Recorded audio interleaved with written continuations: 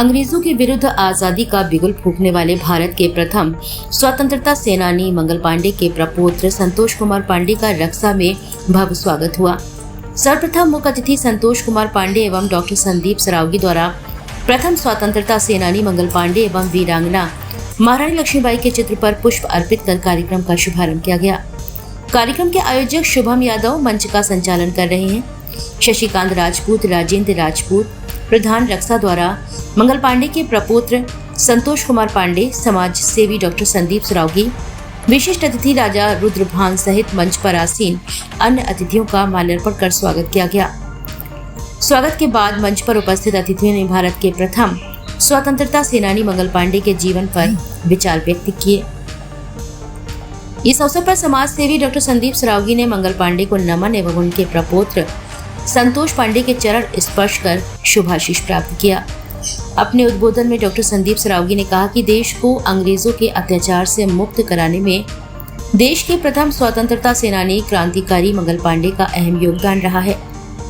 अगर मंगल पांडे द्वारा हर भारतवासी के हृदय में देश के प्रति प्रेम, बलिदान एवं आजादी की क्रांति की अलख मन में न जगाई हो तो आज भी हमारा देश गुलामी की जंजीरों में जकड़ा होता। लेकिन देश आजाद होने के बावजूद भी जातिवाद के जंजीरों में जकड़ा हुआ है। भारतवर्ष में पहली बार मेरे द्वारा 12 मार्च को मुक्ताकाशी मंच पर वाल्मीकि कन्याओं के पैर पखार कर 90 लाख का बीमा एवं नगद रुपए भेंट कर बहन व बेटी के रूप में विदा किया। वास्तविकता देश की अखंडता व एकता बनाए रखने के लिए भारत के प्रत्येक नागरिक को जातिवाद से ऊपर उठकर भारत माता की सेवा में जुट जाना चाहिए। वास्तविकता में तभी हमारा देश आजाद होगा। इस अवसर पर अशोक मिश्रा पूर्व प्रधान, राजा परमार पूर्व प्रधान, अगवानी अनिल कुमार राय अध्यक्ष रक्सा व्यापार मंडल, सतीश राय महामंत्री संघर्ष सेवा समिति, समीर खान संघर्ष सेवा समिति, सचिन अहिरवार नगरा, राजेंद्र विश्वारी, आशीष योगी, जसवंत परमार, महेंद्र परमार सहित रक्सा क्षेत्र के गणमान्य नागरिक उपस्थित रहे। कार्यक्रम की अध्यक्षता चंद्रभान बाबू ने की। मंच का संचालन एवं आभार एवं राजेंद्र राजपूत, रक्सा राजपूत, शशिकांत राजपूत द्वारा व्यक्त किया गया।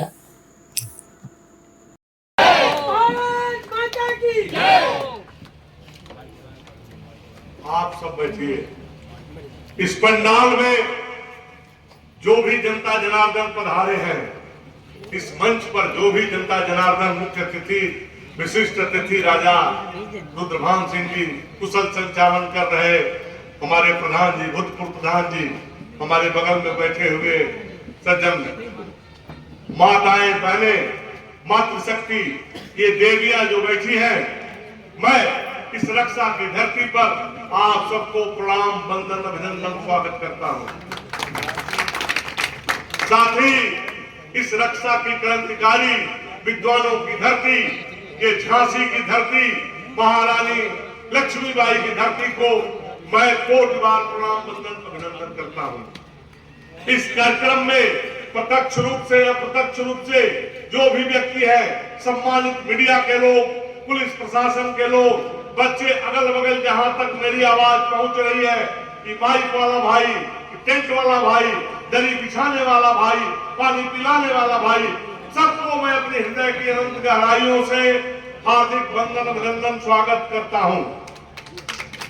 यह कोई राजनैतिक मंच नहीं है मित्रों, मैं लगातार कई दिन से चल रहा हूं। राष्ट्रीय चेतना, राष्ट्र को जगाने का काम, नौजवानों को जगाने का काम करने का काम करता हूं। कल भी मेरी मीटिंग थी, परसों बनारस में थी, उसके एक दिन पहले पटना में थी। उम्र भी काफी है, कुछ कमर से अस्वस्थता भी है, इसलिए थक जाता हूं, लेकिन हौसला है नौजवानों के साथ चलने का, इस देश की रक्षा करने का, देश में नौजवानों को जगाने का और इस भारत माता की मिट्टी को शान बचाने का हौसला है। आप लोगों को जगाने आया हूं। हमारे यहाँ 3 धर्म होता है, 3 ऋण होती है, राष्ट्र 3 ऋण होती है, मातृ ऋण, गुरु ऋण, पिता ऋण। चौथा ऋण मैं बताने आया हूं इस देश के नौजवानों को, रक्षा के नौजवानों को, एक राष्ट्र ऋण होती है। राष्ट्र ऋण के लिए आप क्या करते हैं? 24 घंटा का दिन रात सबके लिए होता है। 24 घंटा का दिन रात मंगल पांडे के लिए भी हुआ था, वीर अब्दुल हमीद के लिए भी हुआ था, भगत सिंह के लिए भी हुआ था, चंद्रशेखर आजाद के लिए भी हुआ था, रानी लक्ष्मीबाई के लिए भी हुआ था। 1 घंटा राष्ट्र के लिए निकालिए। मैं किसी दल पार्टी को गालत करने नहीं आया हूं।